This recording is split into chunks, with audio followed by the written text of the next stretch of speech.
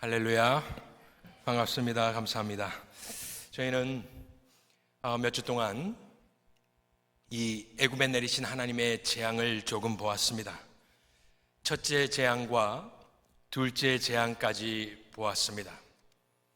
마치 하나님께서 당신의 이스라엘 백성들 남자 아이들을 죽인 복수라도 하듯이 당신께서는 그 하나님의 재앙을 내리실 때에 나일강에서 시작을 하셨던 것을 우리가 첫 번째로 보았고요.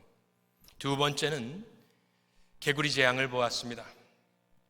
듣기에는 이게 웃음소리 같다, 개구리들이 몰려오고, 하지만 자세히 보면 이것은 무서운 재앙이었던 것, 특별히 그 바로의 머리에 앉아있는 코브라를 비웃듯이 코브라의 먹이, 뱀의 먹이인 이 개구리들을 많이 보내시는 모습을 보았고, 특별히 저는 그 두 번째 재앙에서 모세가 변했다라고 보았습니다. 저는 거기서 참 개인적으로 큰 은혜를 받았습니다. 매번 보는 말씀이지만 특별히 이번에는 설교하면서 3장과 4장에서 굉장히 오래 하나님께서 그와 씨름하는 모습을 봐왔기 때문에, 그렇구나, 그렇게 더디 믿는 자도 무엇하기만 하면, 하나님께 순종하기만 하면 하나님께 쓰임을 받는 것이구나. 원로 목사님께서 설교하실 때 옛날 설교집에 나오는 말처럼 순종이 능력이구나.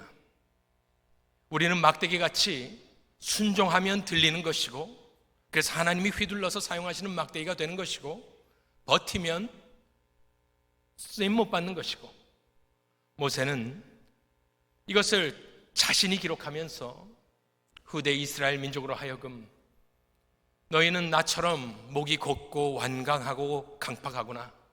나도 한때는 그랬지만 너희도 순종하기만 하면 하나님께서 사용하실 것이다 라는 말이 들어있지 않은가 생각을 해보았습니다. 오늘은 재앙이 10가지가 있는데요, 한 주에 하나씩 하면 또 이게 너무나 오래 걸려서 셋째 재앙부터 아홉째 재앙까지를 싹 훑어보고 짧게 보고 결론적으로 말씀을 좀 드리겠습니다. 물론 마지막 재앙은 중요한 것이기 때문에 좀 남겨두었습니다.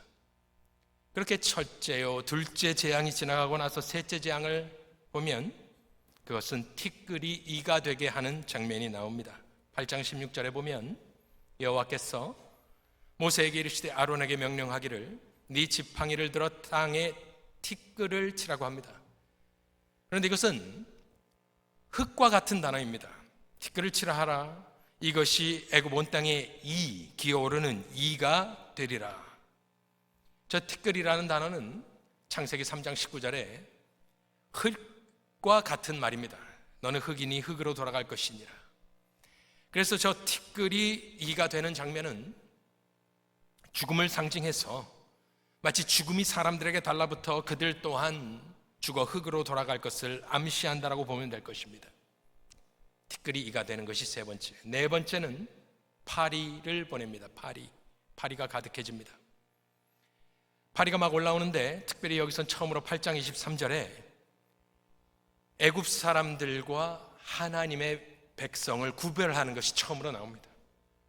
내가 내 백성과 내 백성 사이를 구별하리니 내일 이 표징이 있으리라 하셨다 하라.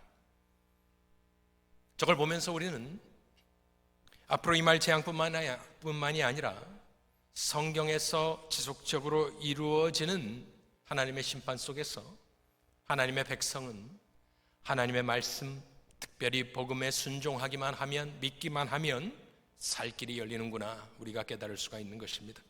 그리고 여기서 8장에서 처음 이제 바로가 무너지면서 흥정을 하기 시작합니다.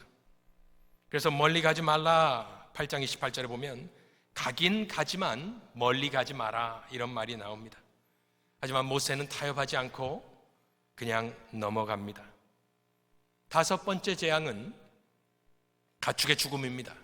9장 6절에 보니까 이튿날에 여호와께서 이 일을 행하시니 애굽의 모든 가축은 죽었으나 이스라엘 자손의 가축은 하나도 죽지 아니한지라. 여기서는 처음으로 죽음이 암시만 되다가 사람을 어렵게 만드는 이런저런 것들을 하나님께서 사용하시다가 처음으로 이제 가축을 죽이시는 장면이 나옵니다. 직접적인 죽음이 처음 임합니다. 그것이 5번째 재앙입니다.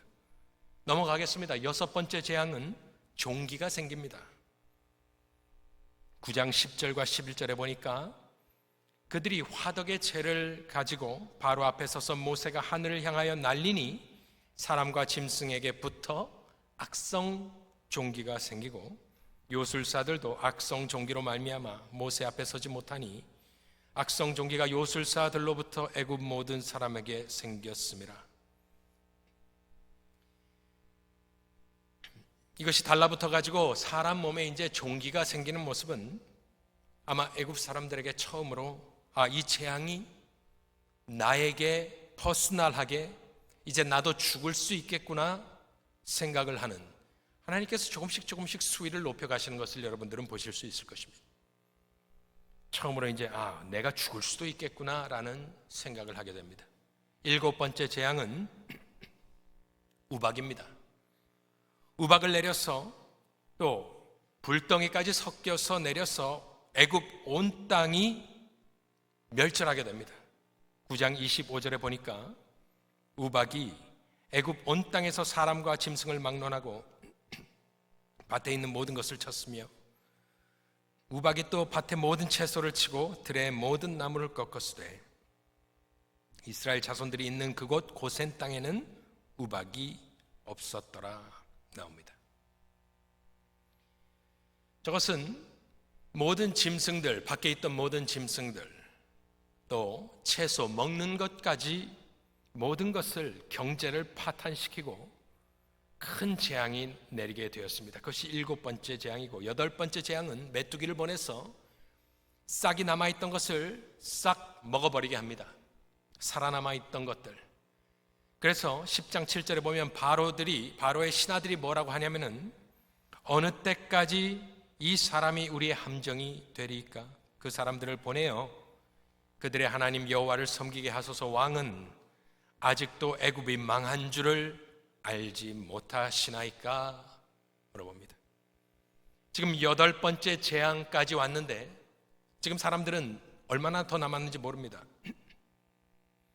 8번째 됐을 때 우리가 듣기에는 심각한 것 같이 보이지 않았지만 이가 되고 파리가 오고 우박이 내리고 이런 것이었지만 그 최강국인 바로의 나라 이집트 애굽은 그만 이 자연재해와 같은 참 우습게 여길 만한 이 재앙 속에 무릎을 꿇어버립니다. 세계 최강국이 속절없이 8번째에 끝이 나버렸습니다. 그러고 나서 이제 10장에 보면은 바로가 회개를 합니다. 그런데 가짜 회개입니다. 그리고 이제 9번째 재앙이 임합니다. 9번째 재앙은 흑암입니다. 흑암은 그때 당시에 애굽의 가장 유명하고 강력한 신이었던 아몬 라 혹은 레라고 불리는 태양신을 조롱하는 것입니다. 그래서 10장 22절에 보니까 모세가 하늘을 향하여 손을 내밀매 캄캄한 흑암이 3일 동안 애굽 온 땅에 있어서 그동안은 사람들이 서로 볼 수 없으며 자기 처소에서 일어나는 자가 없으되 온 이스라엘 자손들이 거주하는 곳에는 빛이 있었더라. 흑암은 창세기 가장 1장 2절에 보면은 흑암은 혼돈입니다.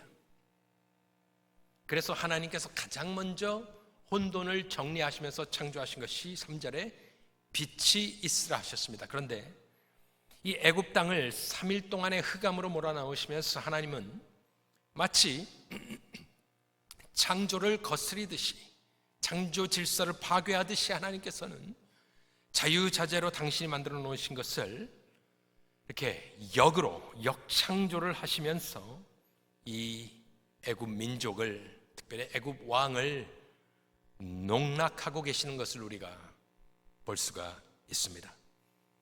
자, 몇 가지를 보았습니다.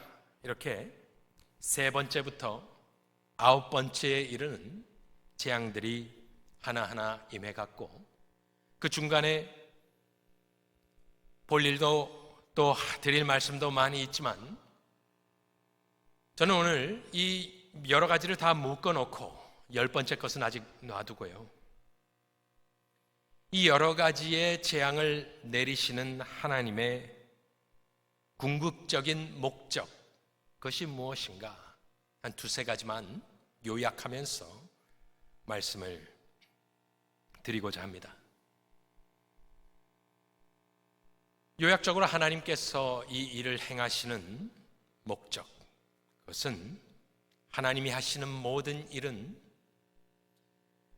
당신의 이름의 존귀와 영광을 위하여 하신다라는 사실입니다.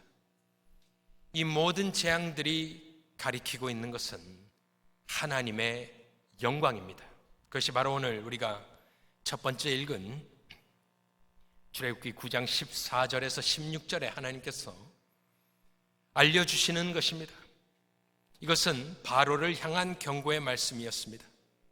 14절부터 읽어보면, 내가 이번에는 모든 재앙을 너와 내 신하와 내 백성에게 내려 온 천하에 나 같은 자, 여호와 같은 자가 없음을 네가, 바로야, 네가 알게 하리라. 우리가 처음부터 봤던 것처럼 여호와가 누구이기에 하면서 그는 모른다 하였고, 처음부터 하나님을 거부하였지만 결국에는 하나님을 알게 됩니다.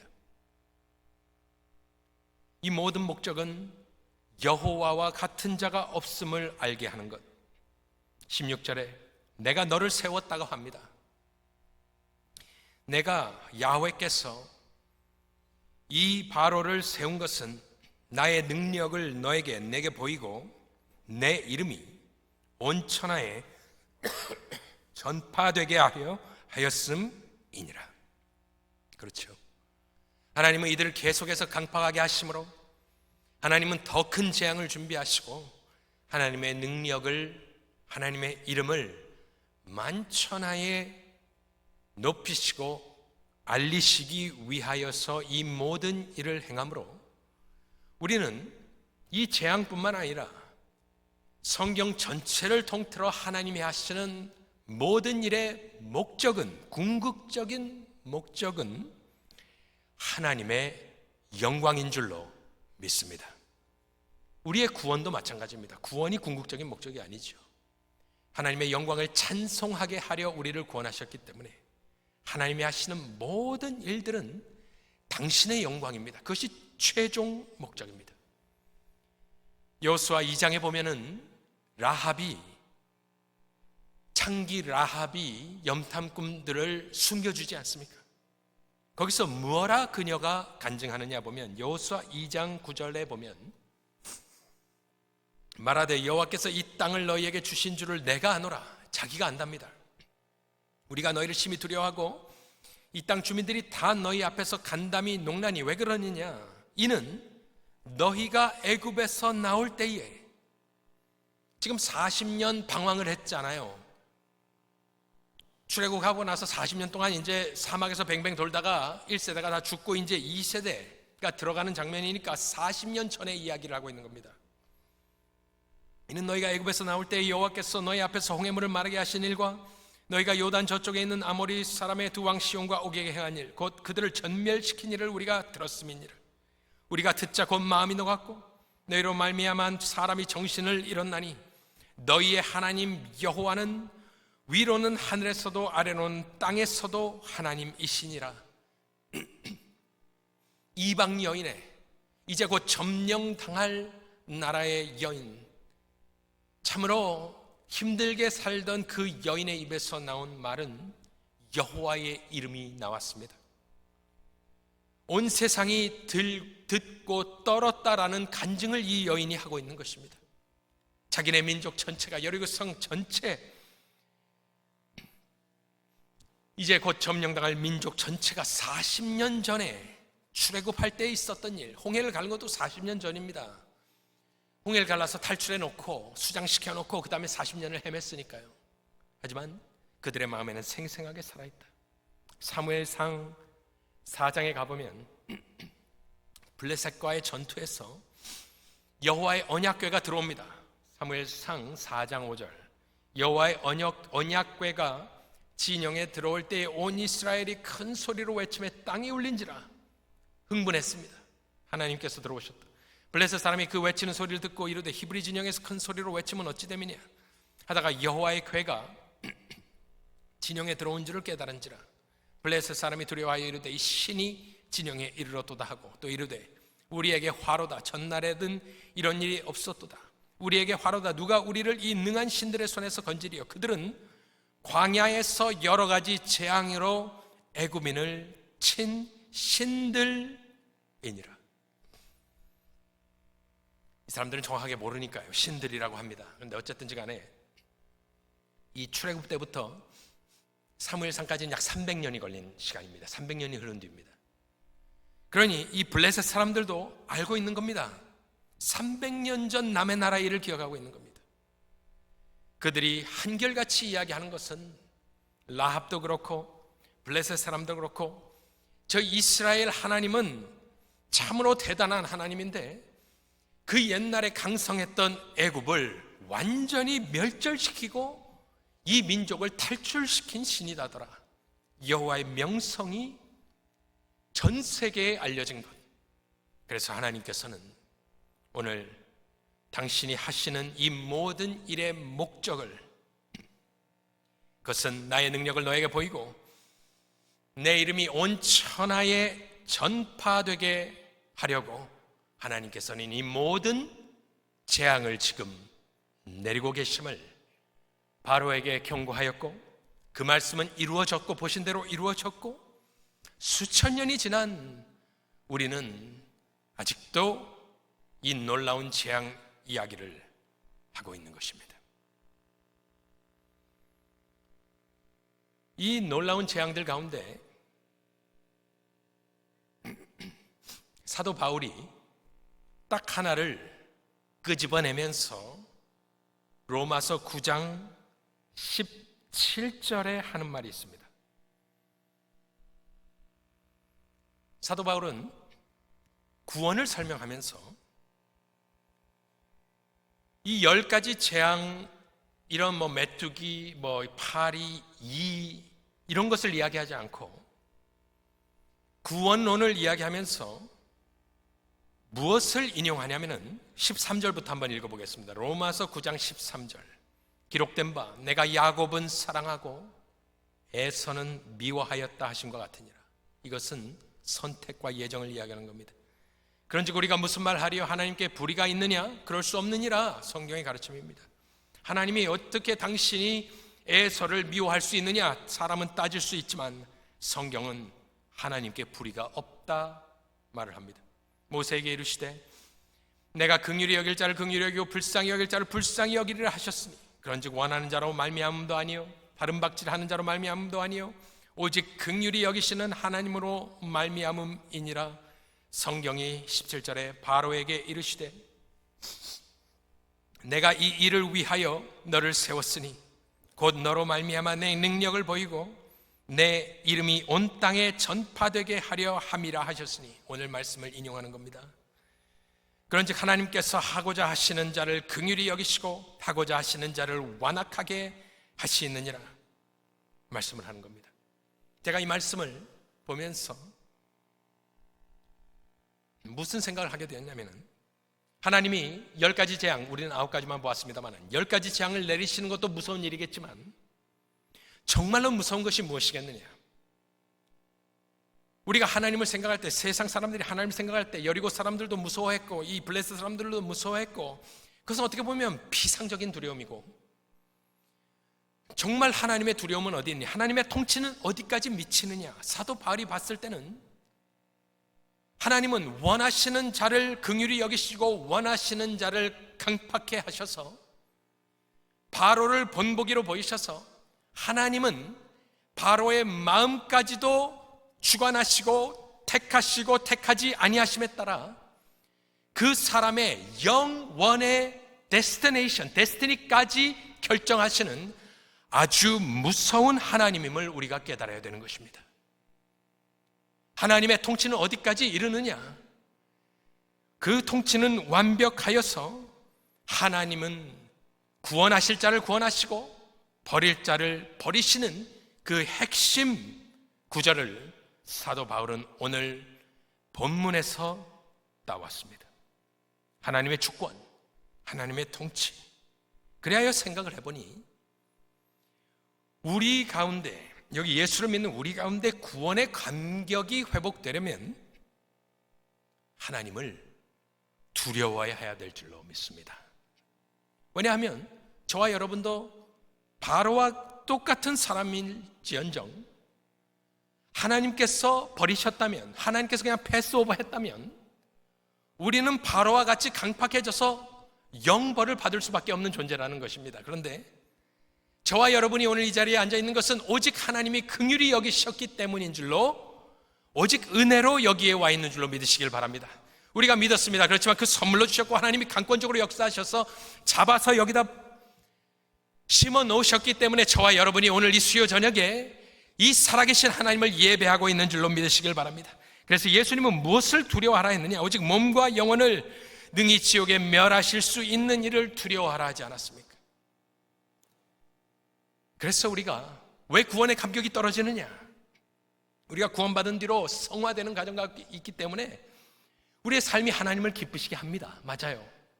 하지만 진정으로 우리가 구원의 회복을, 감격을 회복하려면, 기쁨을, 확신을 회복하려면 나도 바로와 같이 그럴 뻔한 인생이었지만 하나님은 나를 긍휼히 여겨주셨다.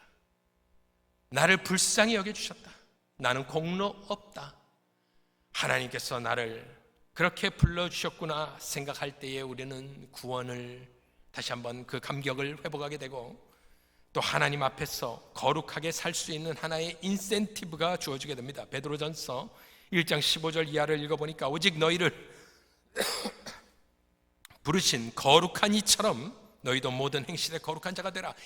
성화되라는 말입니다. 기록되었을 때 내가 거룩하니 너희도 거룩할지어다 하셨느니라. 외모로 보시지 않고 각 사람의 행위대로 심판하시는 이를 너희가 아버지라 부른즉 너희가 나그네로 있을 때를 두려움으로 지내라 말씀하고 있는 것입니다.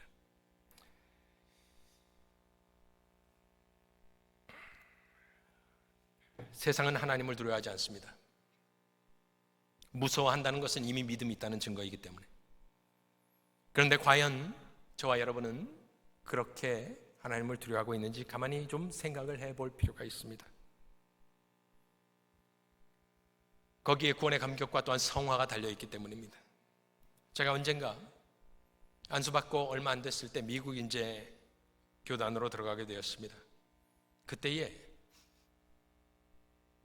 며칠 동안 이렇게 교육받는 일이 있었습니다. 조그만 미국 교회였습니다. 조그만 미국 교회에서 한 2박 3일인가 훈련을 받고 제가 큰 은혜를 받았습니다. 그래서 나가면서 그 교회 장로님한테 참 은혜 많이 받았다고 이런 말을 했습니다. 그때 그 장로님이 이제 저에게 좋게 대해주시면서 한 말씀을 해주셨습니다. 그분의 이름은 탐 워낙인데 지금 돌아가셨습니다. 한 2년 전에 돌아가셨는데 그분은 젊어서 장로가 되었고 미국 교회들이, 작은 교회들이 이렇게 텀이나 이렇게 장로님들이 은퇴하는 게 없습니다. 그래서 그분은 정말 50년이 넘게 시무장로를 한 분입니다. 근데 이제 그게 벌써 옛날 일입니다. 그분이 저를 부르시더니 제가 이제 안수받은 지 얼마 안 됐을 텐데 저한테 쌤이라고 그러면서 쌤, 너는 누가 하나님을 기쁘시게 하는 목사인 줄 아느냐 물어보셨어요. 죄송합니다. 그래서 저는 글쎄 잘 모르겠다. 대답을 할 수 있지만 그렇게 말을 했더니 그분이 뭐라 그러냐면은 저를 부르더니 한 말씀을 이렇게 펴주셨습니다.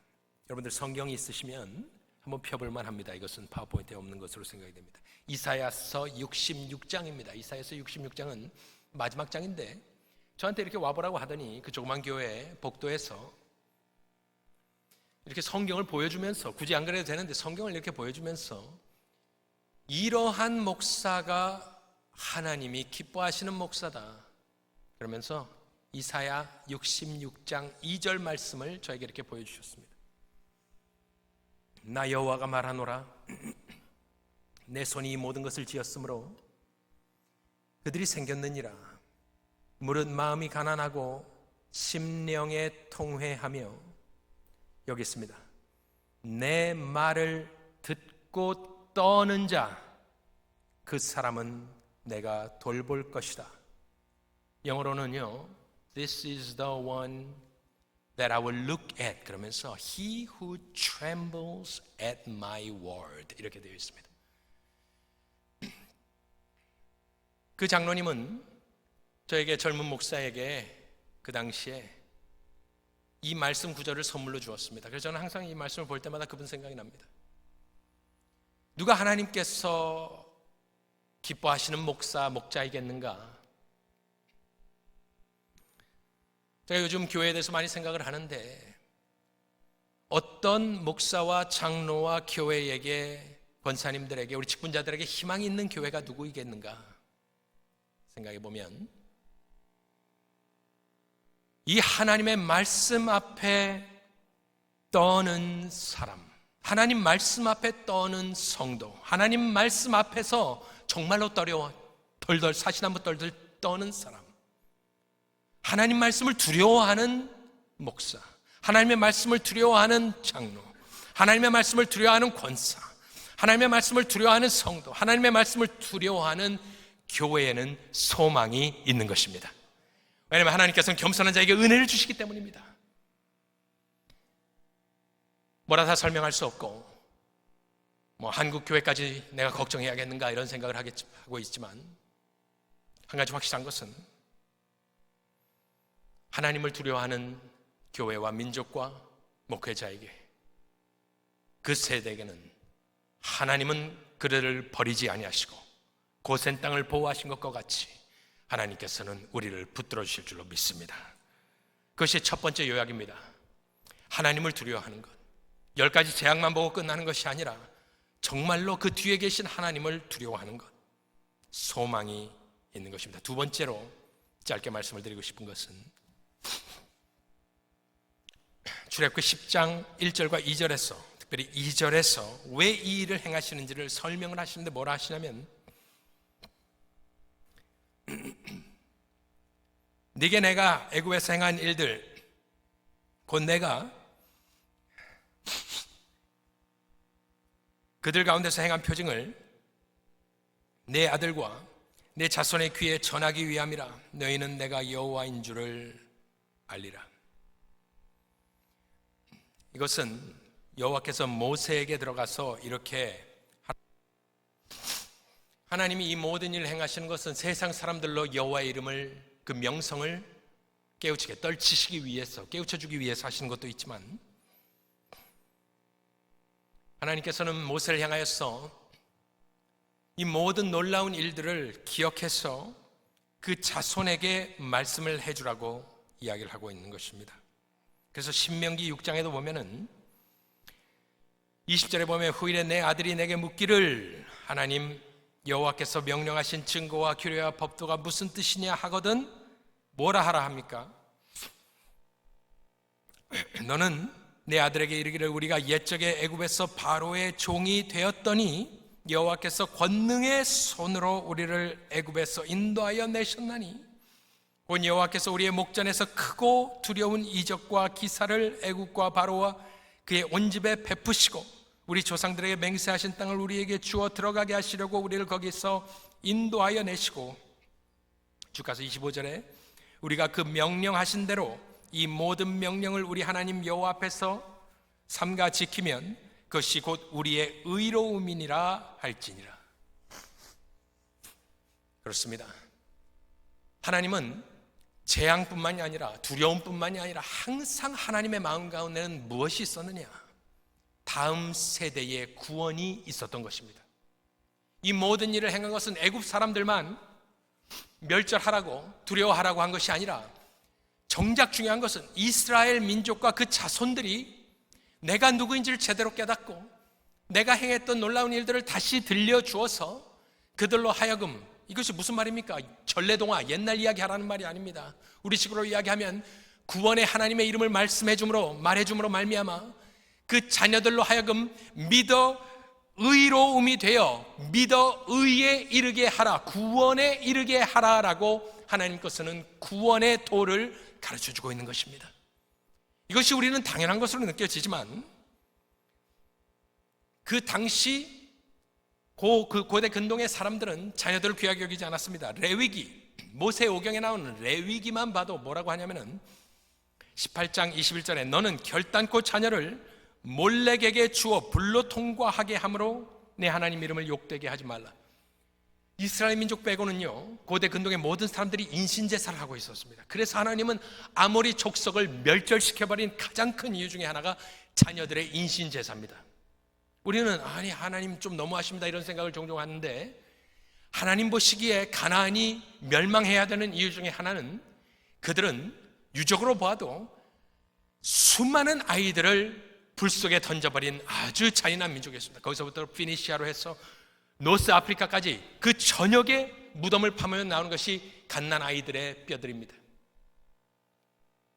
세상 사람들은 아이들을 중요하게 여기지 않았습니다. 그 당시에 자신의 꿈을 이루고자, 자신의 부귀 영화를 누리고자 자기의 아이들을 불 속에 던지는 것이 그 세상의 풍습이었습니다. 그런데 유독 여호와 하나님은 뭐라 하느냐? 나의 복음을 내 자손에게 말해 주어서 그들로 하여금 의에 이르게 하라. 우리 하나님의 마음 가운데는 항상 다음 세대와 자녀들을 품어주신 하나님, 그래야 지금 이 시간에도 저쪽에서는 우리 170여 명에 이르는 우리 자녀들이 지금 BBS를 하고 있는 것에 우리가 기뻐해야 될 줄로 믿습니다. 하나님은 구원을 자녀에게 말해 주어라. 특이한 것입니다. 이것이 당연한 것이 아닙니다. 우리 하나님은 그렇게 우리 자녀들이 복음으로 예수 그리스도의 십자가로 구원에 이르기를 원하고 있는 것입니다. 마지막으로 보면은 첫 번째로 하나님을 두려워하라. 두 번째로는 이 놀라운 일들을 너의 자녀들에게 복음으로 말해 주어라. 그들로 하여금 구원에 이르게 하여라. 이 두 가지 목적이 하나님께서 이 재앙을 내리신 목적이란 말입니다. 한 번에 하고 끝내버렸으면은 하나님의 위대함이 전해지지 않기 때문에 하나님은 계속해서 그걸 강팍하게 하시고 조정하시고 오래 참으시며 그렇게 일을 하였습니다. 마지막으로는 이 모든 일을 행하시는 하나님의 목적, 특별히 교회를 향한 목적은 선포입니다. 9장 16절, 내가 너를 세웠음은 나의 능력을 내게 보이고 내 이름이 온 천하에 전파되게 하려. 10장 2절에 행한 표징을 내 아들과 내 자손의 귀에 전하기 위함이라. 너희는 내가 여호와인 줄을 알리라. 그렇다면 이 모든 것, 하나님의 두려워하는 것, 하나님의 복음, 하나님의 놀라움, 하나님의 위대하심, 이 모든 것은 결국에 성도와 교회가 어떻게 해야 되느냐, 이 진리는 어떻게 해야 되느냐. 아, 그렇구나. 하나님은 이 진리의 말씀을 교회로 하여금 선포하는 것이 하나님이 원하시는 뜻인 줄로 믿습니다. 진리의 말씀은 묵상하고 공부하는 데서 끝나는 것이 아니라 세상을 향해서 선포하고 자녀를 위해서 들려주고 선포하는 것. 그렇구나. 이 9가지 10가지 재앙은요, 놀라운 일입니다. 하지만 이것은 전초전에 불과하던 것 아니겠습니까? 하나님이 육신이 되어 사람의 모양으로 이 땅을 오신 것, 이 10가지 재앙에 비할 것이 아닙니다. 하나님이 사람이 되어 육신을 입고 살다가 우리를 위해 죽으시고 부활하셔서 승천하신 것, 이 10가지 재앙에 비하면 비할 것이 아닙니다. 이것은 정말로 너무나 그것에 비하면 낮은 수준의 재앙과 놀라움이고요, 놀라운 것, 하나님이 하신 일 중에 가장 놀라운 것은 바로 예수 그리스도와 그의 십자가와 부활인 줄로 믿습니다. 그래야 우리 교회가 해야 될 마지막 일은 무엇이겠는가 생각해 보면, 세상을 향하여 그 복된 그리스도의 죽으심과 부활하심을 선포하고, 우리 자녀들을 향하여 그들이 구원의 도 안에 있을 수 있도록 지속적으로 선포하여, 하나님의 복음이 들리워지기를 원합니다. 시편 105편 1절로 4절을 읽고 마치도록 하겠습니다. 여호와께 감사하고 그의 이름을 불러 아뢰며 그가 하는 일을 만민 중에 알게 할지어다. 그에게 노래하며 그를 찬양하며 그의 모든 기이한 일들을 말할지어다. 그의 거룩한 이름을 자랑하라. 여호와를 구하는 자들은 마음이 즐거울지로다. 여호와와 그의 능력을 구할지어다. 그의 얼굴을 항상 구할지어다. 기도하겠습니다.